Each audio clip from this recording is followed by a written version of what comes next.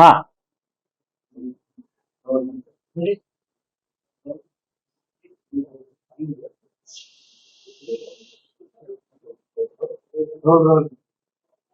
साहेब, एकीकडे काल जाहिराती बघितल्या देवेंद्र फडणवीस यांच्या देवाहून अनेक ठिकाणी आता भाजपच्या लोकांकडनं जाहिरातीमध्ये फलकबाजी व्हायला लागली आहे. देवाभाऊ म्हणजे त्या कैवारी अशा पद्धतीने वेगवेगळे जाहिरातबाजी करण्यात आली आहे. मराठा आरक्षणाला घेऊन त्याला काय व्यक्ती सुचवायचं की हात जोडून छत्रपती शिवाजी महाराजांना प्रणाम करतात. छत्रपती शिवाजी महाराजांना प्रणाम करणं हे प्रत्येक मराठी माणसाचं कर्तव्य आहे. पण अजूनही भारतीय जनता पक्षाचे लोक छत्रपती शिवाजी महाराजांसमोर त्यांना फुलं वाहतायत, त्यांना अभिवादन करतायत, अशी जाहिरातबाजी काल नक्कीच केली. बरं, जाहिरात कोणी दिली? त्या संस्थेचं, त्या व्यक्तीचं नाव नाही. पण साधारण आम्ही काल महाराष्ट्र आणि देशभरातला अंदाज घेतला या जाहिरातींचा. म्हणजे वृत्तपत्रात पहिल्या पानावर जाहिरात,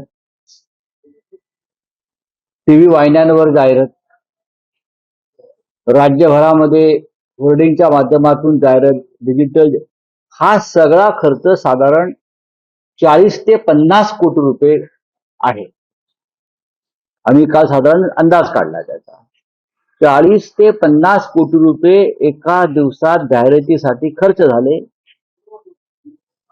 देवाभाऊ म्हणजे राज्याचे मुख्यमंत्र्यांच्या प्रतिमेवर फुलं उधळण्यासाठी, प्रतिमा सुधारण्यासाठी.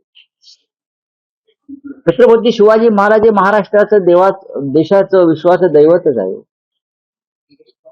पण मी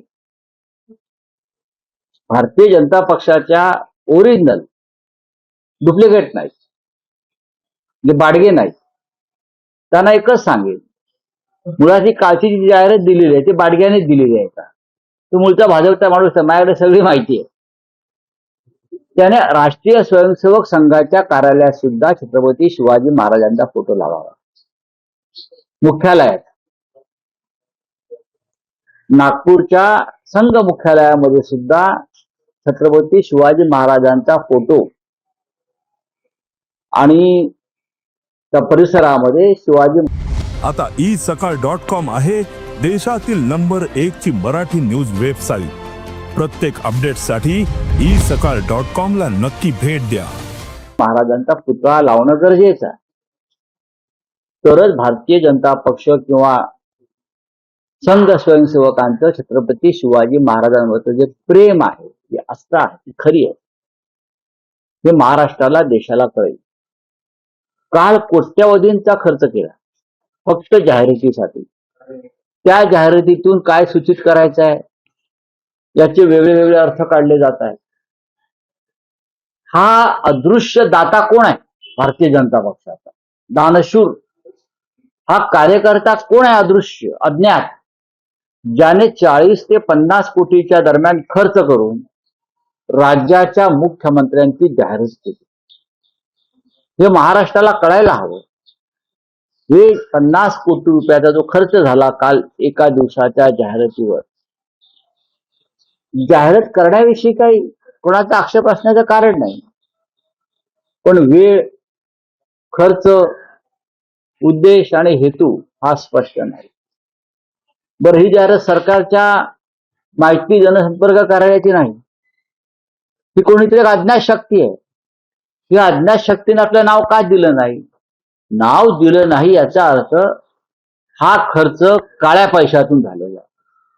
जसे मी काल म्हणालो, हा ब्लॅक मनी आहे. मग हा मुख्यमंत्री कार्यालयातून कोणाला सूचना दिल्या, भाजपा मुख्यालयातून कोणाला सूचना दिल्या, आणि त्यानुसार या 50-60 कोटीचा खर्च जाहिरातीवरती झाला. आता देवाभाऊंनी जाहिराती दिल्या म्हणून त्यांचे जे मंत्रिमंडळातले काही प्रतिस्पर्धी आहेत ते जाहिराती देतील. असं एक जाहिरातीची स्पर्धा या राज्यात तुम्हाला भविष्यात पाहायला मिळेल. छत्रपती शिवाजी महाराजांचा अशा प्रकारे राजकीय वापर करणं हे काय आम्हाला मान्य नाही. मराठा आरक्षणाशी छत्रपती शिवाजी महाराजांचा काही संबंध नाही, एक लक्षात घ्या.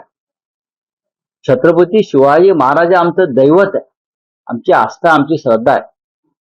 तुम्ही छत्रपती शिवाजी महाराजाच्या नावानं एकजातीय राजकारण करून छत्रपती शिवाजी महाराजांना जे असे उत्तुंग टोलेजंग शिखरावर आहेत त्यांना तुम्ही खाली आणताय सगळे.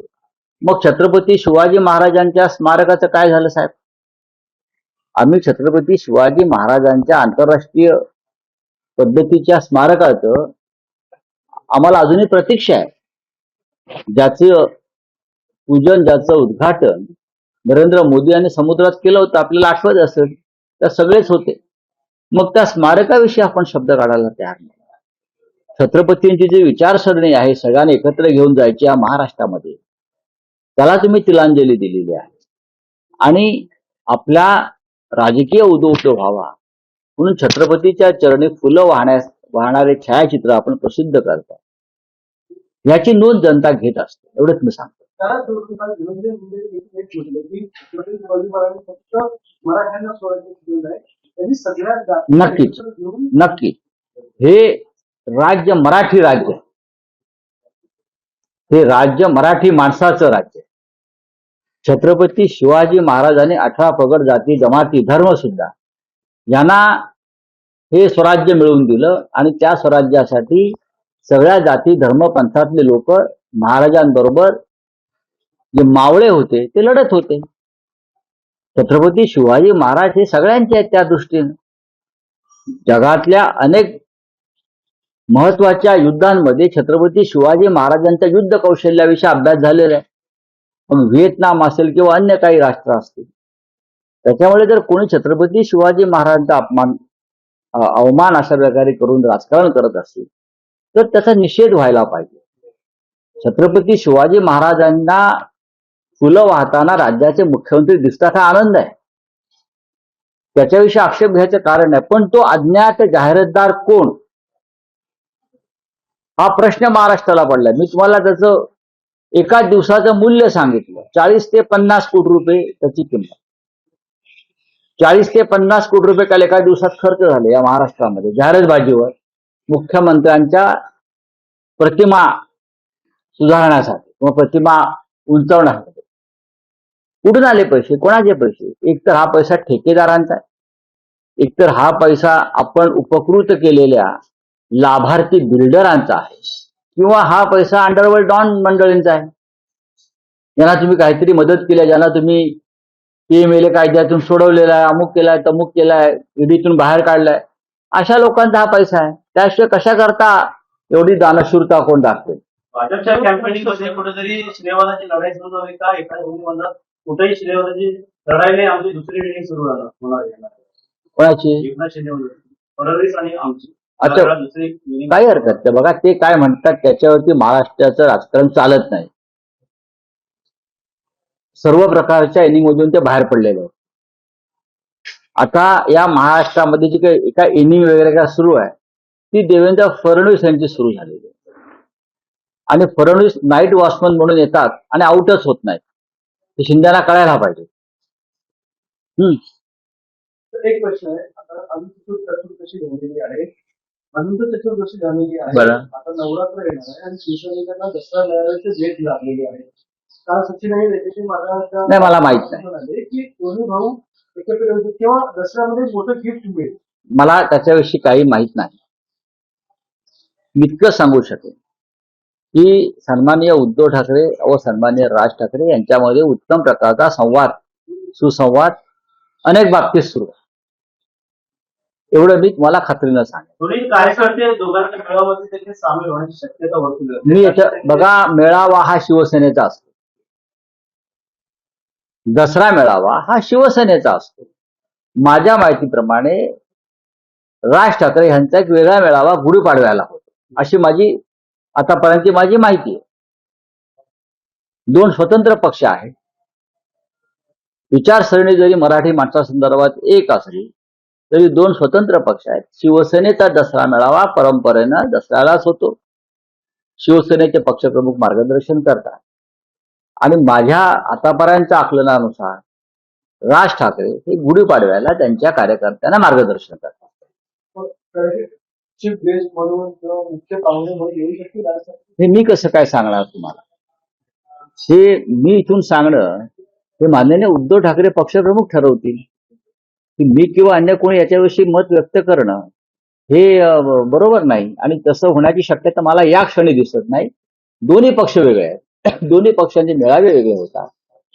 कार्यकर्त्यांच्या ठिकठिकाणचे जे मेळावे आपण पाहताय स्वतंत्रपणे होतात, पण नक्कीच भविष्यामध्ये राजकीय दृष्ट्या आम्ही एकत्र येऊन काम करण्यावरती आमच्यामध्ये सहमती झालेली आहे. निवडणुका देखील समोर आलेल्या आहेत, मात्र या संदर्भात देखील काही पावलं उचलू शकतात. या मेळाव्याच्या माध्यमातून काहीतरी बघा, दसरा मेळाव्यावर तुम्ही फार चर्चा कोणी करू नये. हा शिवसेनेचा दसरा मेळावा गेल्या 60 वर्षापेक्षा जास्त काळ हा फक्त शिवसेनेचाच दसरा मेळावा असतो. बोलिए. सर, इनसे जानना चाहेंगे, चुनाव आयोग पूरे देश में वोटर वेरिफिकेशन करेगा, इसको लेकर 10 सितंबर को एसआईआर को दिल्ली में मीटिंग होगी, कैसे देखते हैं मीटिंग को?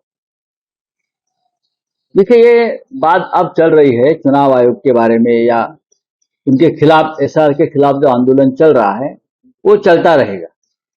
हमने एसआईआर को विरोध किया है.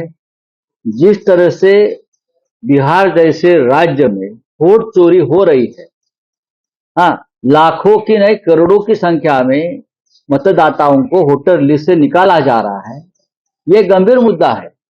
और इसके लिए तो राहुल गांधी जी ने बिहार में जो वोट अधिकार यात्रा निकाली उसका प्रभाव पूरे बिहार में चल रहा है. तो ये मीटिंग तो होती रहेगी. सर, 11 वर्ष की डबल इंजन सरकार ने बिहार की 2 पीढ़ियां बर्बाद कर दी है, ऐसा तेजस्वी यादव ने कहा हाँ, है. सच कहा है, ये सच कहा है.